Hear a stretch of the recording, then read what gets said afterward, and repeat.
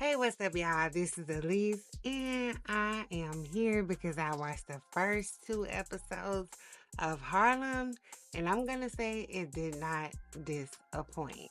Now, if you have not watched the first two episodes of Harlem season 3, I suggest you come back to this video a little bit later because I will spoil it for you. I'm just gonna tell you. So if you haven't watched yet, go ahead and pause this video, then go watch it and come back and we can talk about some things because I'm going to go ahead and get into it because there are some things to get into. Now, the episode comes back and Camille and Ian, Camille, which is played by Megan Good, but they're trying to work through their breakup because they don't want the same things. Ian desperately wanted a family, but Camille, she didn't really want this, but that's what he wanted with her. So they decided to separate on friendly terms, being that they didn't see a future together because of that. So they were working through their issues, and while they were working through their issues, they were still getting it on in the bedroom.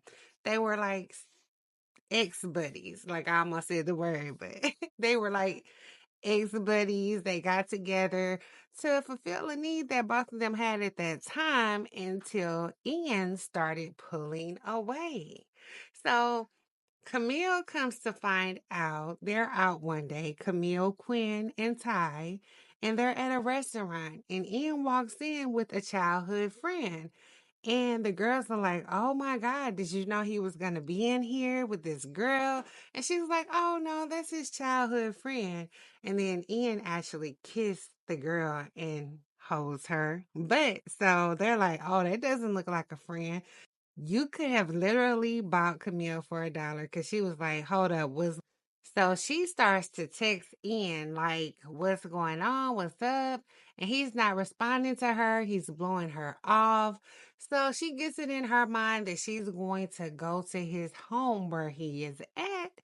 And she comes and he comes out and opens the door and tells her that him and the childhood friend are actually pursuing something and it's serious. Camille was just thrown for a loop. Like, how could you be doing this? We were still kind of messing around. You could have told me instead of ghosting me. But that's what it was. And it had been a couple of months since they had actually got together because he was dodging her. Now, only that in the next episode, Camille finds out that she is pregnant by Ian. So now she has to debate whether she wants to keep the baby or what she's going to do. She ends up telling Ian, and he's like, oh my gosh, this is the worst time. But she tells him she has not made a decision yet.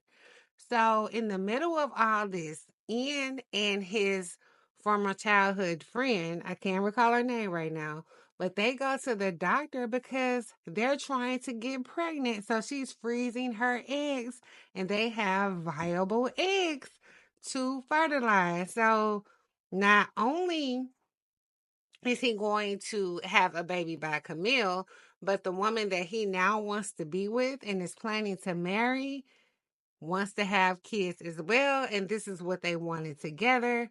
But while he's sitting in that office, he gets a text from Camille telling him that she is going to keep the baby. Now, is this going to ruin Ian's relationship? Is he going to tell his partner right away? And what's going to happen with Camille being pregnant and her and Ian not being together? Will she get him back? Those are all questions that I want to know. But Ian seems like he really loves this girl that he is currently with. And I know he loved Camille, but it's going to be some kind of, I don't want to say competition, but it's going to be some kind of things going on where he's stuck in between a rock and a hard place. He's going to have these feelings for both of these women, and he kind of wants to be with both of them, I believe. So we'll see what happens. Now on to Quinn, who is played by Grace Byers. Now, Quinn, she was trying to explore last season and she was into women. And I think she was still into men, but she was into women. She had a couple of relationships or flings with women or with one particular woman. And she's definitely at the point where she knows herself and she kind of exactly knows what she wants. So in the episodes, she actually ends up meeting Kofi Brown. Now, he plays a character, I forgot the character's name, don't kill me, but he plays a character on the show this season that is kind of Quinn's romantic interest. Now, he may be a little bit younger than her. We all know he's fine. So, in the upcoming episodes, we'll see where this goes. Does it develop into something, or is it going to be like a friends with benefits? We all know how fine Kofi is. You know, he's super, super fine. And I think they make a very attractive couple. So, we'll see, I'm sure, how they navigate through that situation, how Quinn deals with it, being that she's been through so many things in her past, and will those issues come up on this season? Now, y'all, this is the last season of the show. The show will no longer be on after this, and I am so, so disappointed because I love this show. Now, moving on to Ty. Now, Ty, at the end of last season, she found out that she was involved with not only a woman that she liked, but she had a sneaky link, come to find out, with her daughter. So she was kind of busted and she felt so bad that she swore off that she was not going to date anymore. She was going to be celibate. And she's just trying to figure herself out and figure out why did she get into this situation. So she ends up navigating through that, but she does end up meeting someone that she's interested in.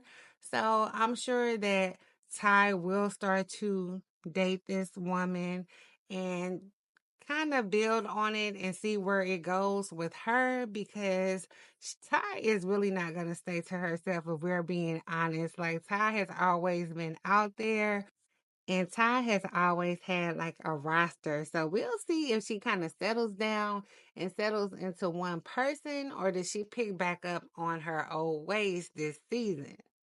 Ty's character is played by an actress named Jerry Johnson. I forgot to mention that in the beginning.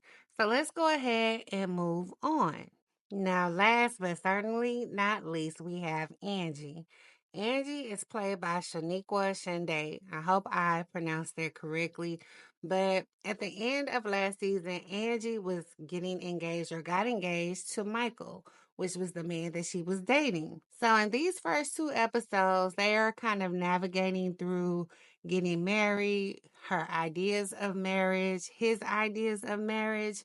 And she's starting to see that things don't quite match up. Like, Michael wants to start to have kids immediately, and Angie is more focused on her career. She got a new role in a Broadway play, so she's very excited about that.